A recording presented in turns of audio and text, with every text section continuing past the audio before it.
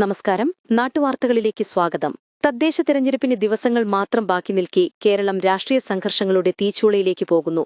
ഖൽബിലെ കോട്ട പിടിക്കാൻ കോഴിക്കോട്ട് മുന്നണികൾ സർവ്വസന്നാഹങ്ങളുമായി രംഗത്തിറങ്ങുമ്പോൾ തലസ്ഥാനത്ത് പുകഞ്ഞ കൊള്ളികളെ പുറത്താക്കി കോൺഗ്രസ് നേതൃത്വം കടുത്ത നടപടിയിലേക്ക് നീങ്ങി.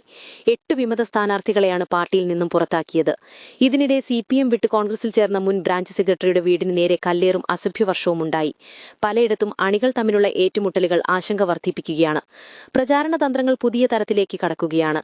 ഹൈടെക് വോട്ടർ സ്ലിപ്പുമായി BJP രംഗത്തെത്തുമ്പോൾ ഹരിത കർമ്മസേനയുടെ യൂണിഫോമിൽ സ്ഥാനാർത്ഥിയുടെ പോസ്റ്റർ പതിച്ചതിനെതിരെ UDF പരാതിയുമായി രംഗത്തെത്തി.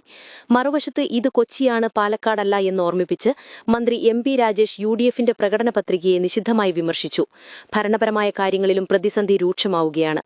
മന്ത്രിമാർ തെരഞ്ഞെടുപ്പ് പ്രചാരണത്തിൽ മുഴുകിയതോടെ മന്ത്രിസഭായോഗങ്ങൾ മുടങ്ങുന്നതോടെ റേഷൻ കാർഡ് വിഷയത്തിൽ തീരുമാനമാകാത്തതിനാൽ സർക്കാർ ജീവനക്കാർക്ക് ഈ മാസത്തെ ശമ്പളം പോലും പ്രതിസന്ധിയിലായേക്കുമെന്നാണ് റിപ്പോർട്ടുകൾ. ഇതിനെല്ലാം ഇടയിലാണ് ശബരിമലയിൽ നിന്ന് ഞെട്ടിക്കുന്ന വാർത്ത വരുന്നത്. വഴിപാടിനുള്ള തേനെത്തിക്കുന്നത് ഫോമിക് ആസിഡ് വിതരണം ചെയ്യുന്ന കണ്ടെയ്നറുകളിലാണെന്ന ഗുരുതര കണ്ടെത്തൽ വലിയ വിവാദങ്ങൾക്ക് വഴിവെച്ചിരിക്കുകയാണ്. തലസ്ഥാനത്ത് വാളുകൊണ്ട് ആക്രമിക്കാൻ ശ്രമിച്ച കാപ്പ കേസ് പ്രതിക്ക് നേരെ പോലീസ് വെടിയുതിർത്തതും നഗരത്തെ മുൾമുനയിലാക്കി. മറ്റു പ്രധാന വാർത്തകൾ ചുരുക്കത്തിൽ. ശാസ്താംകോട്ട തടാക സംരക്ഷണത്തിലെ തട്ടിപ്പ് പരാതി. ഭാരതാംബ ചിത്രത്തിന്റെ ബാനറിൽ SFI NTU സംഘർഷം.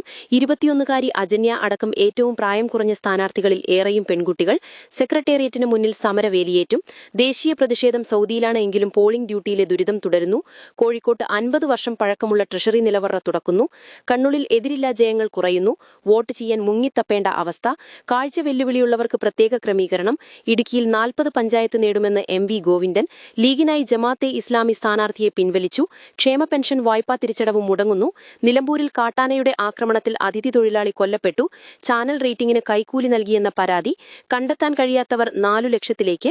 കഴിഞ്ഞ വർഷത്തെ അതേ ചോദ്യപേപ്പർ നൽകി കാലിക്കറ്റ് സർവകലാശാല. കാസർകോട് കോൺഗ്രസിൽ ഭിന്നത രൂക്ഷം.